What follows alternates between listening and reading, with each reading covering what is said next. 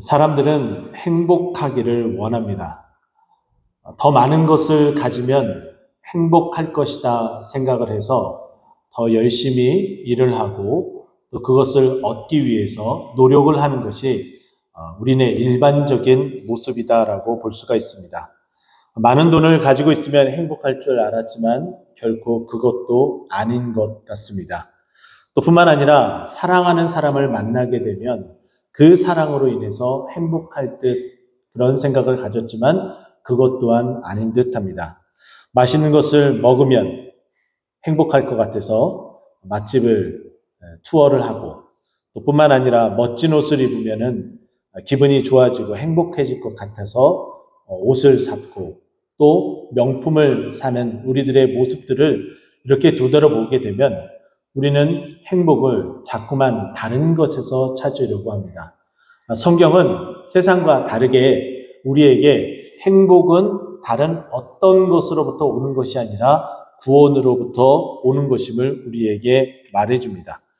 오늘 본문 말씀을 보더라도 그것을 그대로 이야기를 해주고 있는데 이스라엘이여 너는 행복한 사람이로다. 여기서 이스라엘이라는 이 표현은 하나님의 백성을 뜻하게 되죠.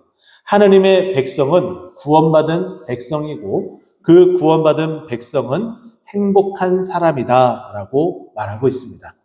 그 이야기를 구체적으로 이 뒤에 이어서 본문은 이렇게 말합니다. 여호와의 구원을 너같이 얻은 백성이 누구냐라고 말하고 있죠. 즉 다시 말해 오늘 이 행복한 사람은 하나님의 은혜로 인하여 하나님의 그 능력으로 인하여 구원받은 백성이 행복한 백성이다라고 말하고 있습니다. 그런데 이 구원의 이 근거를 우리에게서 도무지 찾아볼 수가 없게 되죠. 왜냐하면 이 구원은 하나님께서 전적으로 하나님의 은혜로 우리에게 주시는 하나님의 선물이기 때문입니다. 에베소서 2장 8절 말씀을 보면 그것을 우리에게 정확히 말해주고 있는데요. 너희는 그 은혜에 의하여 믿음으로 말미암아 구원을 받았으니 라고 말하고 있습니다. 하나님께서 우리에게 은혜를 주시고 믿음을 주셔서 그 은혜와 믿음으로 말미암아 구원을 받게 되었고 그 구원받음이 오늘 본문을 연결시켜서 말하자면 그것이 행복한 사람이다라고 말씀하고 있는 것이죠. 자, 그러면 우리는 이와 같은 이 행복함을 어떻게 우리는 기억하고 있는지 되돌아볼 필요가 있습니다. 오늘 본문 말씀에서는 너희의 구원을 너같이 얻은 백성이 누구냐라고 말하고 있어요. 이스라엘 백성은 어떻게 그 구원을 얻게 되었습니까? 지금 이스라엘 백성이 신명기서 가운데 있는 이스라엘 백성은 애굽 가운데 있었던 이 백성이 하나님의 전적인 그 기적과 그 은혜로 인도하심으로 출애굽을 하고 또 홍해를 건너서 이제 광야 가운데 있는 백성입니다. 근데 그 광야 가운데 있는 이 백성이 먹을 것이 없어서 먹을 것을 달라 하고 불평불만을 하고 볼멘 소리를 했을 때에 하늘에서 만나를 내려주시고 또 고기 매출하기를 허락하셔서 그들이 배고프지 않게끔 하셨습니다.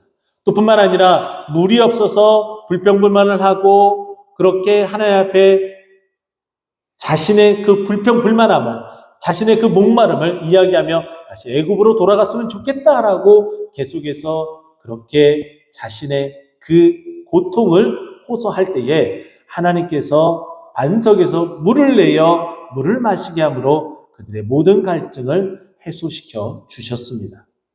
하나님은 광야에서 그들의 옷이 전혀 삭지 않도록 인도하고 계셨고 붙들고 계셨고 함께 하셨다는 거예요. 이와 같이 큰 은혜로 하나님의 그 능력으로서 구원 얻은 백성이 어디 있겠습니까? 어디에도 없죠. 왜냐하면 세상의 모든 신들은 다 헛된 우상이기 때문에 그들은 살아있지 않고 다 죽은 아무것도 아닌 것이기 때문에 아무런 대답도 어떠한 기적도 어떠한 은혜도 베풀지 못하는 것이 우상들이었습니다. 하지만 우리 하나님은 살아계신 하나님으로서 이스라엘 백성을 인도해내시고 먹이시고 입히시고 이끄시는 하나님이시기 때문에 이들을 구원하시며 이곳까지 인도하고 계신 거예요. 이제 가나안 땅을 들어서기 일보 직전입니다. 이들이 얼마나 행복한 자들인지 하나님께서 모세를 통하여 다시 한번 깨닫게 해주고 있죠. 너희같이 구원 얻은 백성이 어디 있느냐? 이것은 여호와의 은혜이고 여호와의 능력이다라고 말씀해 주는 것이 오늘 본문의 말씀입니다. 자, 그러면 행복한 사람, 이 구원 얻은 이 백성들은 과연 어떻게 이 구원을 얻게 되었는지 본문을 통해서 몇 가지를 살펴보도록 하겠습니다. 먼저는 하나님께서 도와주셨기 때문에 구원을 받았습니다. 이 돕다라는 이 표현은 하나님께서 창세기 1장에 아담을 홀로 독처하는 것이 좋지 못해서 에젤, 돕는 배필을 주셨다 할 때 처음 사용된 단어였습니다. 근데 이 단어, 하나님께서 이제 이스라엘 백성을 돕기로 작정하셨습니다. 근데 어떻게 돕기로 작정하셨냐? 방패로 돕기로 작정하셨다는 거예요. 그래서 말씀 보게 되면은 그는 너를 돕는 방패시오라고 말하고 있습니다. 방패는 어떤 때 사용합니까? 적의 공격을 막을 때에 사용을 합니다. 그런데 그 공격이 무차별하게 들어오게 되면 우리가 가지고 있는 그 방패, 우리가 생각하고 있는 그 방패로 도저히 막을 수 없는 지경에까지 이르게 됩니다. 사단은 그와 같이 우리를 끊임없이 공격하고 있습니다. 우리가 불평불만하고 불만족하고 그것을 느낄 때마다 내가 지금 힘들고 어렵지 왜 그런지 한번 잘 생각해봐라. 하나님이 너에게 주는 것이 무엇이고 너에게 채워주는 것이 무엇인지 한번 생각해봐라. 자꾸 이렇게 우리에게 이야기하며 우리를 불평불만의 그 곳으로, 그 장소로 우리를 이끌어가고 있습니다. 그러나 하나님께서는 우리를 그와 같은 사단의 공격으로부터 보호해주고 계시다는 거죠. 더 가져야 된다, 더 소유해야 된다, 이런 마음에서 벗어나서 내가 있는 것에 족하며 감사할 수 있도록 하나님께서 방어막이 되어주시고 우리를 보호하고 계신다는 거예요. 과유불급이라는 표현이 있습니다. 이것은 더 많이 가지려는 것보다 오히려 지금 있는 것이 더 좋다라는 의미의 뜻으로 이렇게 확대해서 갈 수가 있습니다. 우리가 더 많은 것을 가지고 있다고 해서 그것이 우리에게 더 삶을 윤택하게 하지는 않습니다. 우리는 그 목적지까지 모든 것을 전력을 다해 달려가려고 하지만은 그 목적에 도달하지 못할 때도 너무나 많습니다. 그런데 이와 같은 일이 있을 때마다 내가 그러면 그렇지라고 이야기하며 우리를 자꾸 패배의식 가운데 놓여지고 우리를 자꾸 실망과 실패의 자리로 자꾸 이끌려고 하는 것이 사단의 전술 전략입니다. 하지만 하나님께서 우리를 방패로 보호하고 계신다고 말씀을 드렸죠. 하나님께서는 우리를 끊임없이 보호하고 막아주고 있습니다. 우리의 건강의 문제에서 치유하여 회복케 하여 주시고 자녀의 문제로부터 우리의 자녀가 이제는 시온의 대로를 걸을 수 있도록 인도하고 계시며 우리의 재정의 문제가 안에 물꼬를 띄워줘서 이삭이 그랄 지방에서 100배의 축복을 받았던 것처럼 우리에게도 하나님께서 한량없는 은혜와 복으로 채워주시고 그리고 있는 것으로 족하며 그 모든 힘든 상황, 그 여정을 이겨낼 수 있도록 하나님께서 견딜 수 있는 힘을, 그 생각을, 그 아이디어를 허락해 주신다는 거예요. 우리의 근간을 아무리 뒤흔들려고 하더라도 우리는 하나님께서 우리를 방패로 보호해 주시기 때문에 우리는 결코 흔들리지 않습니다. 시편 110편 114절은 시편 기자가 이렇게 고백을 하죠. 주는 나의 은신처시요 방패시라. 우리가 하나님 앞에 은신처이기 때문에 피하게 되고 또 그분은 우리의 방패이시기 때문에 우리를 보호하고 막아주고 있다는 거예요. 여기에 언급된 이 방패라는 이 표현을 살펴보게 되면 이 히브리어 언어에 굉장히 깊은 뜻을 가지고 있습니다. 여기에 방패에 사용되는 이 히브리어로 마겐이라는 이 단어는 울타리를 쳐서 보호하다예요. 여러분이 생각하는 방패, 그리고 이때 이 중동, 이 근동 지역에서 사용되어진 방패는 자신의 몸 하나, 앞만 보호할 수 있는 방패였습니다. 그래서 성벽과 함께 전투를 벌일 때에는 성벽 위에서 쏘는 활, 그리고 그 밖에 돌, 이와 같은 공격을 할 때에 그 공격을 이겨낼 재간이 없어서 앞에 방패를 치고 그 뒷면에 있는 다른 군사들이 위에서 방패를 위에서 오는 화살과 돌을 막기 위해서 위로 방패를 또 치는 일들이 있습니다. 그러나 견디기 힘들겠죠. 우수수 떨어지는 화살과 그 돌멩이, 그 무게를 견디지 못해서 성벽에서 싸우는 사람들이 더 유리한 고지를 점하고 이기는 경우들이 허다했습니다. 그런데요, 오늘 여기에 말씀하고 있는 이 마겐이라는 이 방패로 쓰여졌다는 이 단어는 말씀드렸던 것처럼 울타리처럼 보호를 하는 거예요. 우리가 신경 쓰지 않아도 그 울타리가 보호막이 되어져서 더 이상 어떠한 공격으로부터도 우리를 보호하고 지켜주고 있다는 거예요. 적의 완벽한 공격이 있을지라도 완벽하게 막아내는 하나님의 완벽한 보호하심이 이 마겐, 방패 되시는 하나님의 그 보호하심으로 우리에게 역사를 나타내고 있다는 거죠. 그렇기 때문에 시편 기자는 다시 한번 우리에게 이렇게 고백을 하라고 말씀하고 있습니다. 시편 115편 9절 말씀인데요. 이스라엘아 여호와를 의지하라. 그 방패 되신 하나님을 의지하라고 말씀하고 있어요. 그는 너희의 도움이시요 너희의 방패시로다. 명령하고 있어요. 그 방패 되신 그 도움이신 그 하나님을 의지하라. 하나님께서 우리가 그 하나님을 의지할 때에 우리를 방패로서 보호해 주시는 그 주님인 줄 여러분 믿으시기 바랍니다. 여러분 시편 18편은 매우 유명한 다윗의 시편입니다.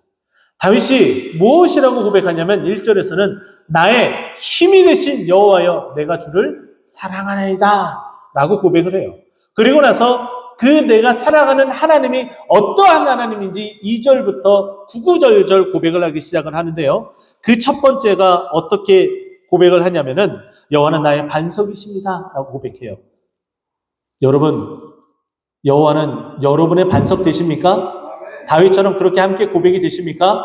그럼 연이어서 다윗의 고백을 또 들어볼까요? 여호와는 나의 요새시여. 여호와는 여러분의 요새이십니까? 계속해서 고백합니다. 그는 나를 건지시는 이시요 나의 하나님이시요 나의 피할 바위시요. 그리고 마지막에 들어서 뭐라고 말씀하냐면 여호와는 나의 방패시요. 다윗도 광야 가운데 있을 때에 어느 누구의 도움도 받지 못하는 외롭고 쓸쓸한 그곳에서 여호와는 나의 방패시요라고 고백하며 그분이 나를 그렇게 도와주시고 그 하나님을 내가 사랑한다라고 고백하는 것이 바로 다윗의 고백이었습니다. 이 방패 되시는 그 하나님은 우리를 막아주시고 사단의 그 전술 전략과 그 무수히 많은 그 공격으로부터 우리를 보호하셔서 우리를 끝끝내 구원하시겠다라는 하나님의 결의한 의지를 말씀해 주고 있습니다. 이 도움을 받는 방패 되신 하나님을 나의 하나님으로 삼는 행복한 동트는 꽃동산교회 교인 되기를 간절히 축원드립니다. 두 번째는 이 싸움에서 이 구원을 얻느냐 얻지 못하느냐 하는 이 구원의 싸움에서 하나님께서 이제 방어해 주셨다면 이제는 공격하시겠다라고 말씀하고 있어요. 어떻게 구원 싸움에서 승리케 하시는지 계속해서 말씀을 보면은 내 영광의 칼이시로다. 할렐루야. 여기 보면은 하나님께서 내 영광의 칼이시다라고 말씀하고 있어요. 여기에 언급된 이 칼은 상대방을 쳐서 물리치고 죽이는 데 사용되는 그런 무기입니다. 근데 이것이 그냥 칼이 아니라 영광의 칼이라고 이야기를 해요. 이 단어의 뜻을 깊이 있게 들어가지 않더라도 이 영광이라는 이 표현만 들어도 우리는 이것이 승리를 통한 칼이다라는 것을 짐작해 볼 수가 있어요. 예, 맞습니다. 그 승리를 통한 그 승리를 쟁취할 수 있는 무기, 그 칼을 이야기를 해주고 있습니다. 스포츠 승부를 보게 되면은 공격과 수비를 계속해서 병행하게 되어져 있습니다.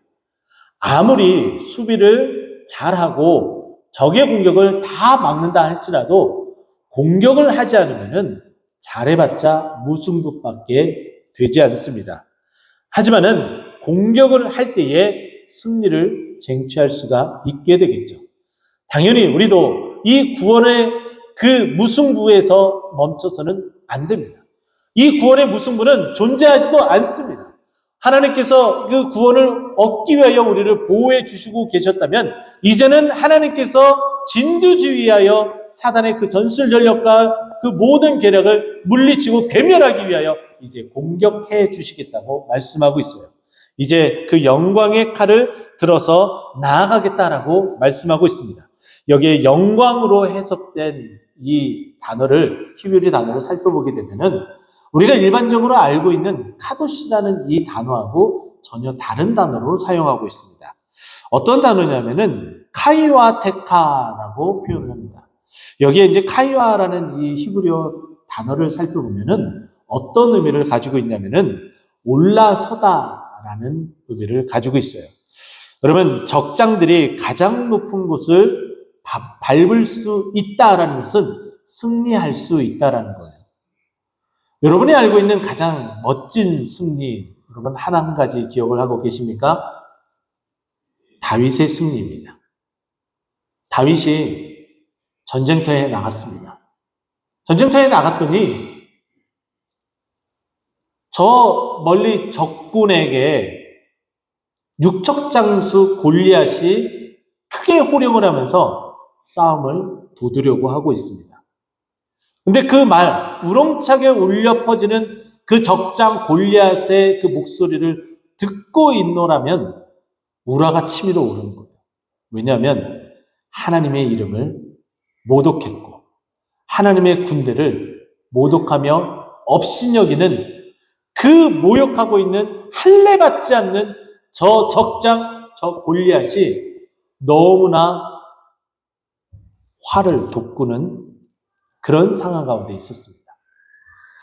다윗은 주저하지 않았습니다. 그리고 사울 왕에게 이야기를 하죠. 내가 저 적장의 목을 베겠다. 나를 싸움 가운데 내보내라. 라고 청혼하게 됩니다. 그리고 나서 자기 자신에게 가장 익숙한 무기를 가지고서 적장에게 점점 더 나아가기 시작을 합니다. 우리가 알고 있는 것처럼 물맷돌을 던져서 골리앗의 인중에 정확하게 그 돌을 박히게 하고 그리고 그에게 다가가 골리앗이 가지고 있었던 그 긴 칼을 가지고 어린 다윗 소년이 골리앗의 머리를 댕강 자르고 그 머리를 들어 올리며 승리를 외치는 모습을 우리는 다 알고 있습니다. 다윗이 지금 누구의 머리를 밟고 그 머리를 다윗 골리앗의 칼로 베고 있습니까? 그 적장의 머리를 밟는다, 올라선다. 그 의미가 카와이라는 거예요. 이 단어를 지금 사용을 하면서 지금 너희들이 너희를 공격하고 있는 그들에게 그 칼을 가지고서 가져가게 되면 그 적장의 그 머리를 밟고 서서 일어서서 그 칼로 적장의 머리를 베어버릴 수 있다는 거예요. 그럼 패배할 수 있겠습니까?